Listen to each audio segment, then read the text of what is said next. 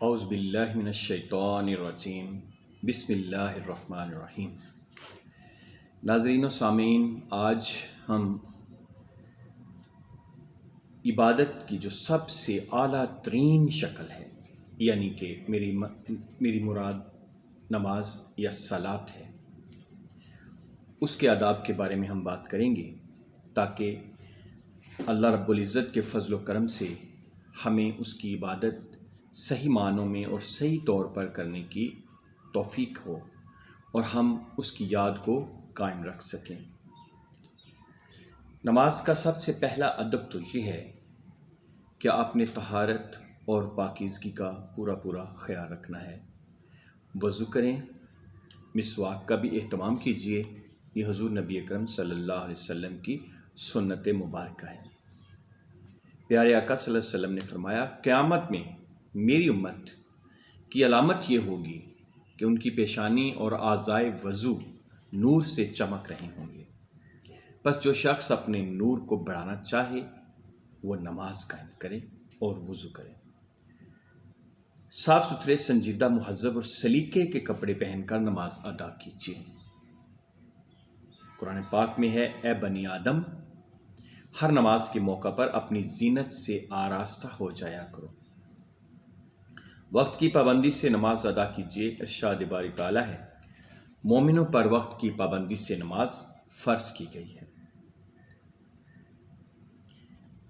حضرت عبداللہ بن مسعود رضی اللہ تعالیٰ عنہ نے پوچھا، یا رسول اللہ صلی اللہ علیہ وسلم، اللہ تعالیٰ کے نزدیک سب سے زیادہ محبوب عمل کون سا ہے؟ پیارے آقا صلی اللہ علیہ وسلم نے فرمایا کہ اللہ تعالیٰ کے نزدیک سب سے محبوب عمل 5 وقت کی نماز اپنے وقت پر ادا کرنا ہے۔ نماز ہمیشہ جماعت سے پڑھیے، اگر جماعت نہ ملے تب بھی فرض نماز مسجد میں ہی پڑھنے کی کوشش کیجیے، البتہ سنتیں گھر پڑھنا زیادہ افضل ہے۔ پیارے آقا صلی اللہ علیہ وسلم کا ارشاد پاک ہے کہ جو شخص 40 دن تک تکبیر اولیٰ کے ساتھ نماز پڑھے، نماز با جماعت پڑھے، وہ دوزخ اور نفاق دونوں سے محفوظ کر دیا جاتا ہے۔ آپ نے فرمایا کہ چاہے 3 ہوں، 7 ہوں، حتیٰ کہ 2 افراد بھی ہوں، وہ بھی کوشش کریں کہ نماز با جماعت ہی پڑھی جائے۔ اور نماز میں سب سے پہلے بات ہے، جیسے اللہ تعالیٰ فرماتا ہے، اور بے شک جو سکون قلب ہے وہ اللہ کے ذکر ہی میں ہے، تو نماز کو سکون کے ساتھ پڑھیے اور رکوع و سجود اطمینان کے ساتھ ادا کیجیے۔ رکوع سے اٹھنے کے بعد اطمینان کے ساتھ سیدھے کھڑے ہو جائیے، پھر سجدے میں جائیے۔ اسی طرح دونوں سجدوں کے درمیان بھی مناسب وقفہ کیجیے، اور دونوں سجدوں کے درمیان اگر یہ دعا پڑھ لیں تو زیادہ بہتر ہے۔ اللہم اغفر لی وارحمنی واہدینی واجبرنی وعافینی وارزقنی۔ الہی تو میری مغفرت فرما، مجھے سیدھی راہ پر چلا، میری شکستہ حالی دور فرما، مجھے سلامتی دے اور مجھے روزی عطا فرما۔ اور نبی کریم صلی اللہ علیہ وسلم نے فرمایا کہ بدترین چوری نماز کی ہے۔ لوگوں نے پوچھا، یا رسول اللہ صلی اللہ علیہ وسلم، نماز میں کوئی کیسے چوری کر سکتا ہے؟ فرمایا، رکوع اور سجدے ادھورے کر کے۔ جیسے ہی آپ اذان کی آواز سنیں تو نماز کی تیاری شروع کر دیجیے، اور وضو کر کے پہلے سے مسجد میں پہنچ جائیے، اور جماعت اور صف میں کھڑے ہو کر، صف میں بیٹھ کر نماز ہونے کا انتظار کیجیے۔ اذان بھی ذوق و شوق سے پڑھا کیجیے، جب بھی موقع ملے تو اذان دیں۔ حضور صلی اللہ علیہ وآلہ وسلم نے ارشاد فرمایا کہ نماز اس طرح ادا کرو جیسے کہ تم اللہ کو دیکھ رہے ہو، یا کم از کم یہ احساس رکھو کہ اللہ تمہیں دیکھ رہا ہے۔ نبی اکرم صلی اللہ علیہ وآلہ وسلم نے ارشاد فرمایا، بندہ اپنے رب سے سب سے زیادہ قریب اس وقت ہوتا ہے جب وہ اس کے حضور سجدہ کرتا ہے، پس جب تم سجدہ کرو تو سجدے میں خوب دعا مانگا کرو اور لمبا سجدہ کرو۔ نماز ذوق و شوق کے ساتھ پڑھیے، مرے باندھے کی رسمی نماز در حقیقت نماز نہیں ہے۔ ایک وقت نماز پڑھنے کے بعد دوسری نماز کا بے چینی اور شوق سے انتظار کیجیے کہ کب میرے اللہ کا بلاوا آئے اور میں اس کے گھر میں جا کر اس کے حضور سجدہ ریز ہو جاؤں۔ غافلوں اور لاپرواہوں کی طرح جلدی جلدی نماز پڑھ کر سر سے بوجھ نہ اتاریے۔ نماز کے باہر بھی نماز کا حق ادا کیجیے اور پوری زندگی کو نماز کا آئینہ بنا دیجیے۔ قرآن پاک میں ہے، نماز بے حیائی اور نافرمانی سے روکتی ہے۔ نبی اکرم صلی اللہ علیہ وسلم نے ایک انتہائی اثر انگیز تمثیل میں اس طرح اس کو پیش کیا۔ آپ صلی اللہ علیہ وآلہ وسلم نے ایک سوکھی ٹہنی کو زور زور سے ہلایا، ٹہنی میں لگے ہوئے پتے ہلانے سے جھڑ گئے۔ پھر آپ صلی اللہ علیہ وسلم فرمایا، نماز پڑھنے والوں کے گناہ اس طرح جھڑ جاتے ہیں جس طرح اس سوکھی ٹہنی کے پتے جھڑ گئے۔ اور اس کے بعد آپ صلی اللہ علیہ وسلم نے قرآن پاک کی یہ آیت تلاوت فرمائی، وَأَقِمِ الصَّلَاةَ طَرْفَيِ النَّهَارِ وَزُلْفًا مِّنَ اللَّيْلِ إِنَّ الْحَسَنَاتِ يُذْهِبْنَ السَّيِّئَاتِ ذَلِكَ ذِكْرَىٰ لِلذَّاكِرِينَ، اور نماز قائم کرو دن کے دونوں کناروں پر، یعنی فجر اور مغرب، اور کچھ رات گئے پر، بلا شبہ نیکیاں برائیوں کو مٹا دیتی ہیں۔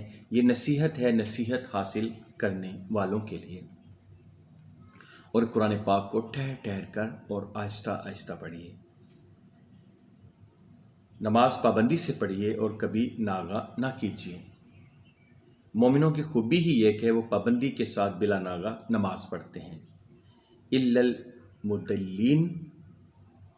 الْمُصَلِّينَ الَّذِينَ هُمْ عَلَىٰ صَلَاتِهِمْ دَائِمُونَ، مگر نمازی وہی لوگ ہیں جو اپنی نمازوں کو پابندی کے ساتھ التزام کرتے ہیں۔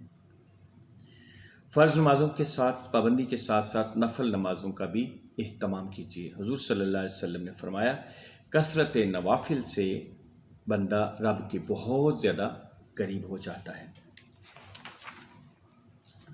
فجر اور مغرب کی نماز سے فارغ ہو کر گفتگو کرنے سے پہلے 7 بار یہ دعا پڑھیے، اللہم اجرنی من النار، الہی مجھ کو جہنم کی آگ سے پناہ دے دے۔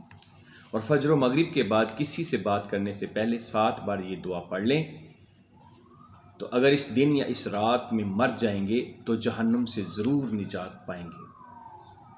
ہر نماز کے بعد 3 بار استغفر اللہ استغفر اللہ استغفر اللہ کہیں، پھر دعا مانگے، اللہم انت السلام و منک السلام وعلیک یرجع السلام، حینا ربنا بالسلام وادخلنا دار السلام، تبارک ربنا وتعالیت یا ذا الجلال والاکرام۔ جماعت کی نماز میں صفوں کو درست رکھنے کا پورا اہتمام کیجیے۔ جب تک اگلی صفیں مکمل نہ ہو جائیں پچھلی صف میں کھڑے مت ہوں۔ اللہ کے بندو، اپنی صفوں کو سیدھی رکھا کرو اور درست رکھنے کا التزام کرو، ورنہ خدا تمہارے رخ ایک دوسرے کے خلاف کر دے گا۔ اور بچوں کو لازمی اپنے ساتھ نماز پڑھنے کے لیے لے کر آئیں۔ کوشش کریں کہ بچوں کی صف لازماً مردوں سے پیچھے بنائیں اور بڑوں کے ساتھ کھڑا نہ ہوں تاکہ ان کی نماز میں خلل نہ پڑے۔